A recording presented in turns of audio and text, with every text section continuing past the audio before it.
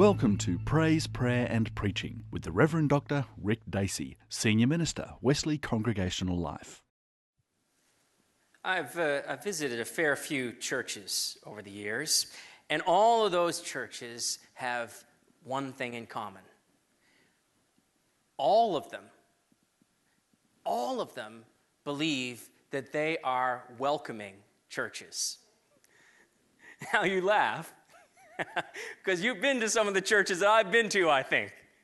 See, they all think they're welcoming churches. You ask any of them, they're not going to tell you, oh no, we're a cold and distant lot. We don't care much for strangers in our church. They're not going to tell you that. They truly believe that they are welcoming. And look, you know, I don't want to have a go at them. But have you ever stood, those of you who are church people, who have visited other churches, have you ever stood in the middle of a church hall holding your cup of tea and just seen all the welcoming people around you looking at you like you're invisible? They seem friendly enough with one another. They're all chatting together and laughing together, and you just stand there. Now, I've had that experience. Now, I can cope with it. I've been in the church long enough, and I know, I know even as a minister, I'm not always as welcoming as I would want to be.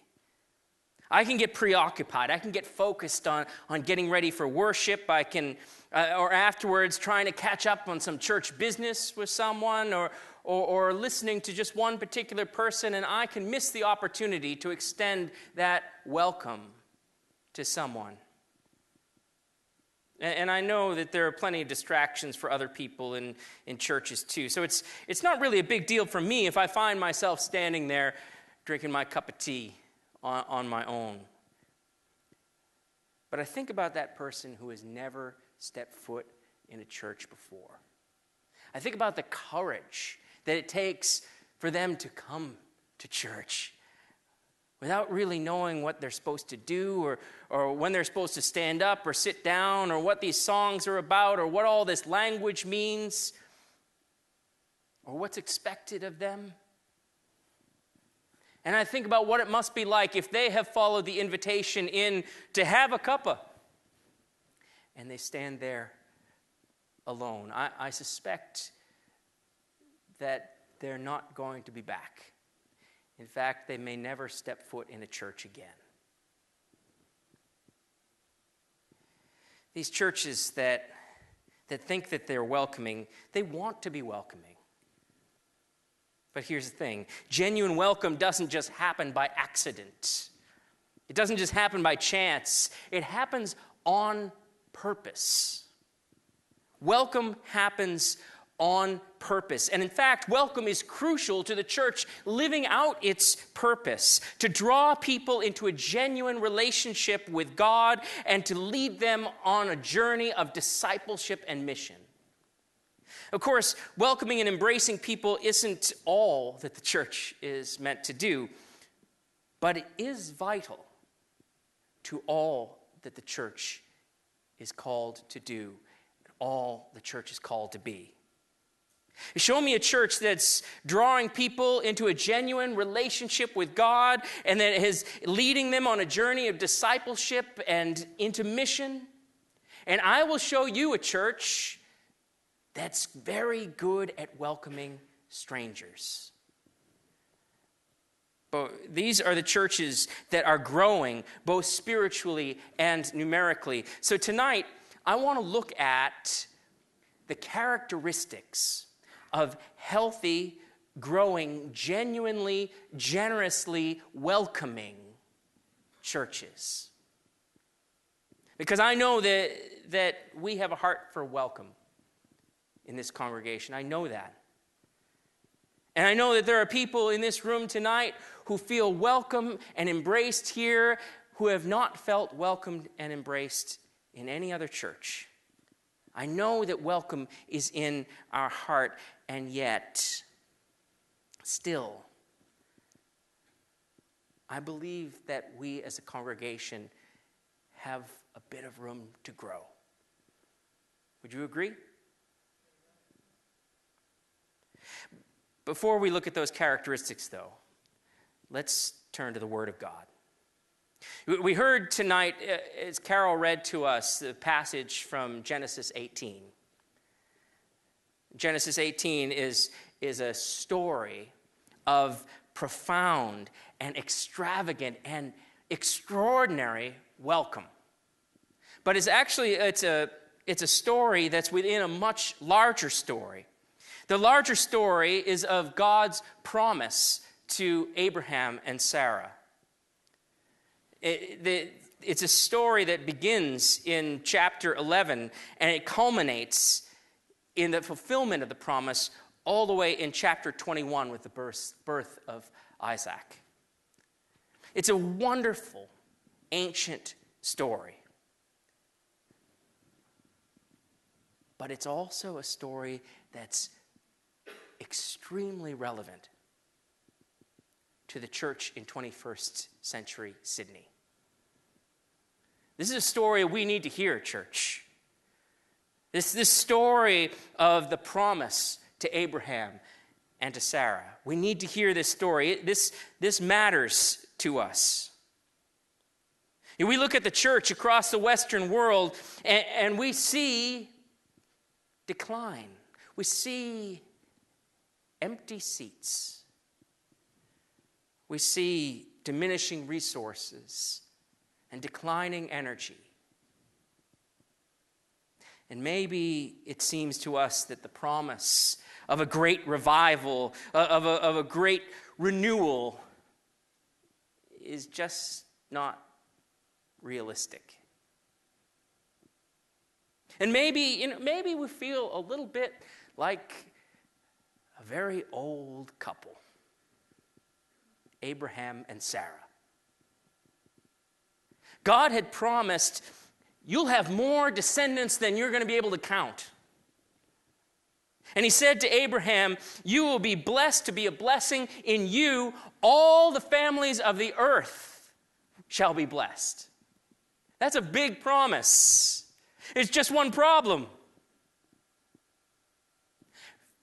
How could you have all these descendants? How could you have any descendants at all if you don't have any children? Abraham and Sarah don't have any children. And so the promise of being a blessing to uncountable descendants, it seemed just a little far-fetched. But God kept insisting that he would make good on his promise. Abraham and Sarah would have a child together.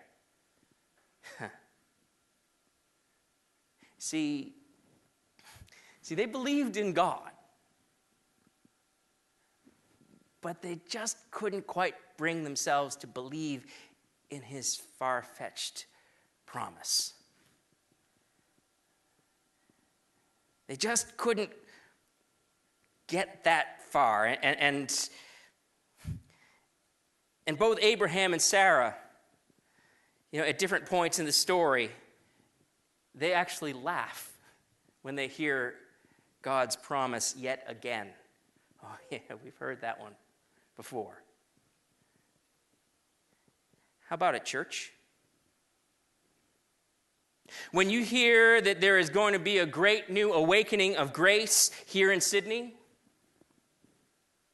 that God is stirring a revival among us, that we're going to see the church grow like we have never seen before, with disciples making disciples, does that make you laugh? Or maybe just smirk cynically? Well, the Bible tells us that God gets the last laugh. And it's not a derisive or cynical snicker, but it is a joyful belly laugh.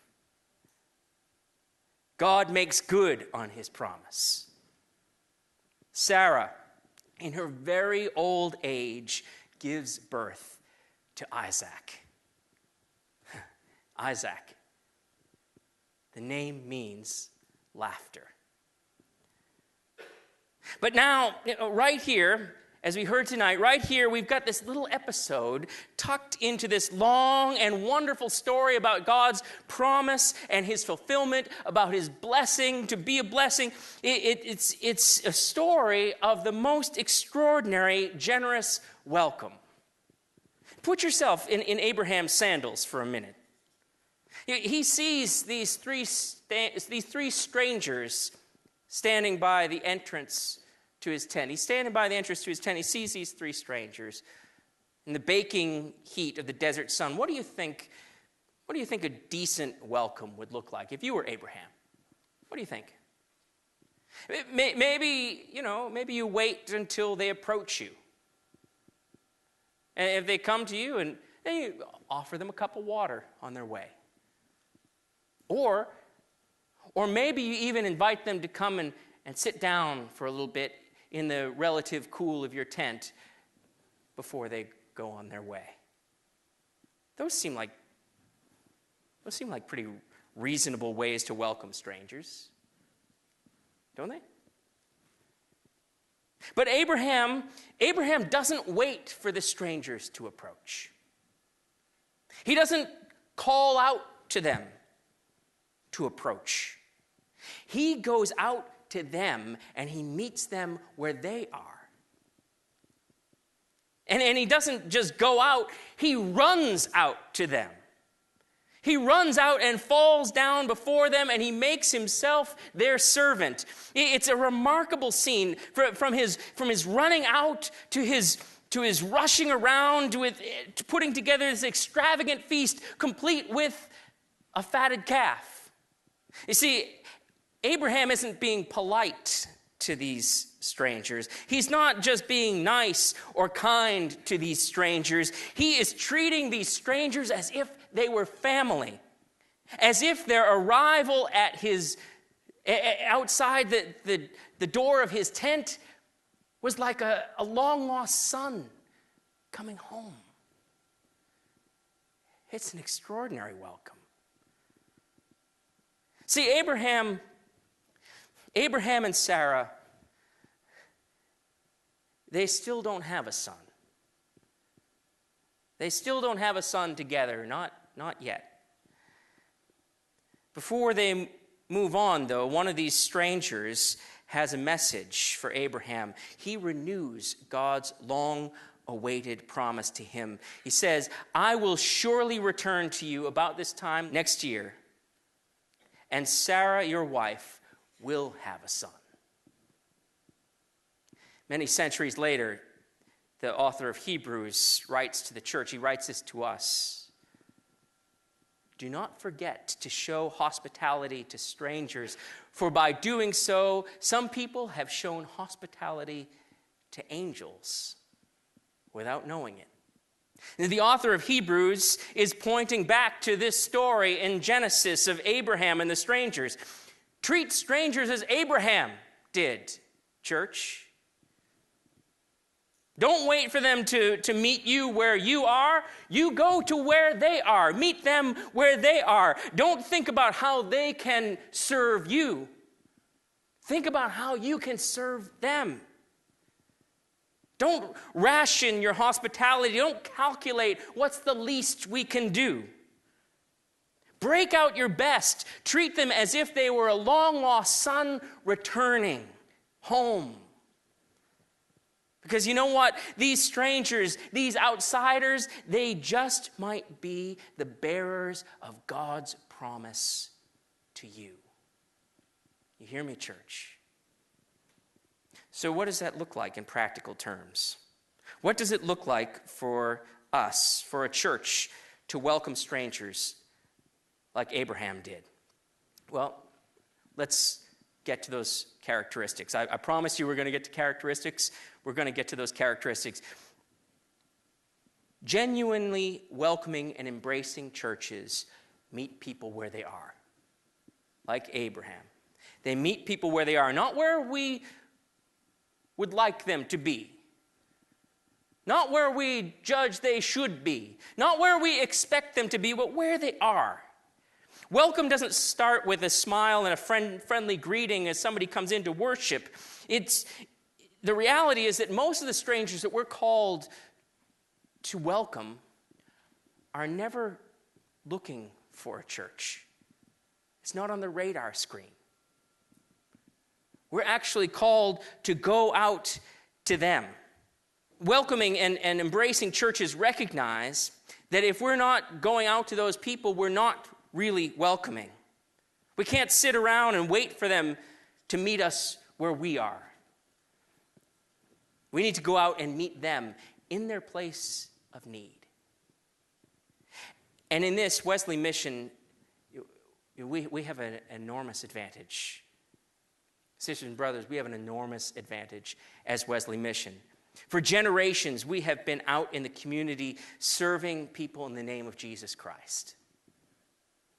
We have earned people's trust by loving people without condition. And when we come alongside people in need across this city, we don't ask them, what can you do for us? We ask, what can we do for you? There's lots of opportunities. You heard the superintendent in his message. There's lots of opportunity for us to get engaged in this. Through ministries of prayer and encouragement, coming alongside people who are serving at the coalface day in, day out, meeting people's greatest needs. Or through our Wesley Connect ministry, our growing discipleship ministry, you can be part of this. You can be part of this. Church, we have an enormous opportunity as Wesley Mission. Generously welcoming churches recognize that welcome and embrace flows from a loving, generous spirit. Abraham wasn't begrudgingly roped into a welcome roster. He didn't stand at the door of his tent. He went out to serve with joy. And he welcomed the strangers like they were family. And welcoming and embracing churches understand that a generous embrace is not a smothering grasp. You ever experienced the smothering grasp from a church? A young family walks into a church with just a few gray heads, and they are swarmed with welcome. We're going to have a Sunday school again. Won't you come back next week? That's not welcome. That's smothering. It's desperate clutching. It's, what can you do for us? Abraham looks after the strangers. But then notice what he does next. He doesn't smother. He doesn't put on the full court press. He doesn't try to rope them in. We just happen to have 3 vacancies on the livestock committee, and you really would fit the bill. That's the best way for you to get to know people around here. No, he doesn't do that. No, without expecting anything in return, he serves them. And while they eat, what does he do? He stands nearby under a tree. He's not in their face. He's alongside. He stands nearby under a tree. He serves them, and then he waits. He's not trying to reel them in. He's not trying to push an agenda on them. He's not trying to get anything out of them. He doesn't intrude. He doesn't pressure. He doesn't impose. He stands where he can listen, where he can learn and discern, how can I serve these strangers? How can I connect with them at their place of need? That's what he does. And now this is important. Generously welcoming churches shape and reshape the church to welcome. They shape and reshape the church to welcome. Welcome means change. You can't welcome without being changed. Not truly. It's not just about making people feel comfortable in a worship service. It means welcoming the ways that God will change us through those that he leads us to. The strangers, as they become part of the new us, they change us. That's what real, deep, genuine welcome does. You know, one of the reasons why people stand alone in church halls is because people are just caught up in doing church business as usual. And look at what Abraham and his household do.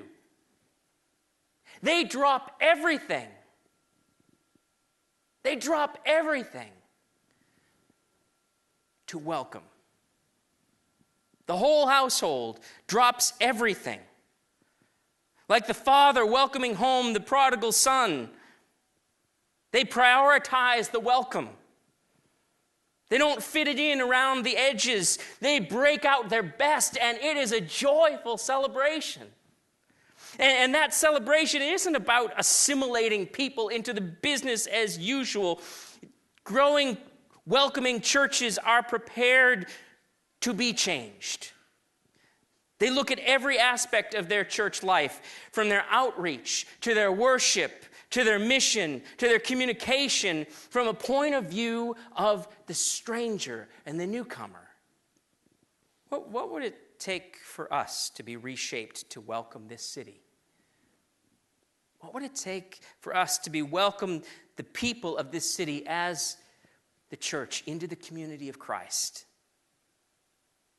You know, we've wrestled with that question before. As Wesley Mission, we have wrestled with that question many times before, going right back to W.G. Taylor, who led our forebears in reshaping themselves from a dying traditional Methodist church into a vibrant central mission, reaching out into the community in word and deed. Wesley Mission has been continually reshaped and reshaping through our history. Sisters and brothers, are we ready to be reshaped again? Welcoming churches, generously, genuinely welcoming churches, build a welcoming culture intentionally. A welcome roster is not enough. But rosters and organization and administration and coordination, all of those are absolutely vital to a church growing a welcoming culture. It's not something that just happens. It's something we have to work at together. And nurturing and embracing that spirit, it's a discipline, which is a good thing for disciples. It's a discipline. A welcoming culture doesn't happen by accident. It happens on purpose, and that requires sustained and intentional and coordinated effort. And that's why everyone has an important role in worshiping, and everyone has an important role in welcoming. All of us have an important role in welcoming, not just the ministers and the elders, not just the rostered welcomers, not just the gregarious extroverts, everyone. We need everyone's gifts. In Genesis, not everyone in the household went out to meet the three strangers, but everyone was involved. Everyone in the household was involved. Abraham was greeting and organizing. Sarah was kneading and baking. The servants were preparing and serving. Everyone, the whole household, was actively engaged in extending hospitality to strangers. You see, growing, welcoming churches see welcome not as a dreary drudgery, but as a joyful and sacred calling. Jesus, in his famous parable in Matthew 25, he says this: I was a stranger, and you welcomed me.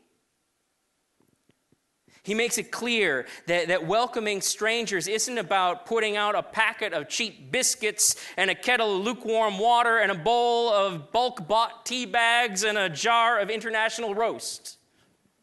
It's a sacred calling because ultimately and most importantly, welcoming strangers is welcoming Jesus.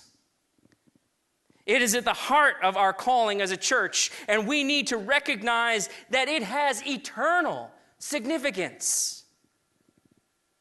What lengths are we prepared to go to welcome Jesus? Are we prepared to invest ourselves together as a community fully? Are we prepared as a community to learn and discern? Are we prepared to change and to be changed, to reshape and be reshaped? The Lord has a promise for us, the church. We will be blessed to be a blessing. By grace, many will be drawn into a loving, living relationship with God through us, the body of Christ. By grace, many will come to discipleship. They will become disciples who make disciples, many more than we can possibly imagine, many more than we can count. Do you believe that promise?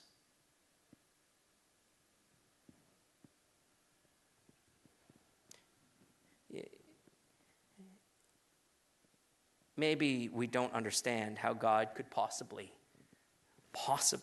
fulfill a promise like that in and through us. That's all right. God's got it sorted. And if, as time goes by, we find ourselves laughing and shaking our heads at God's far-fetched promise, church, if we feel like the whole thing really needs to go in the too hard basket, then we need to hear again God's promise to Abraham and God's promise to Sarah in their time of doubt. Because it's a promise, a word to us in our time of doubt.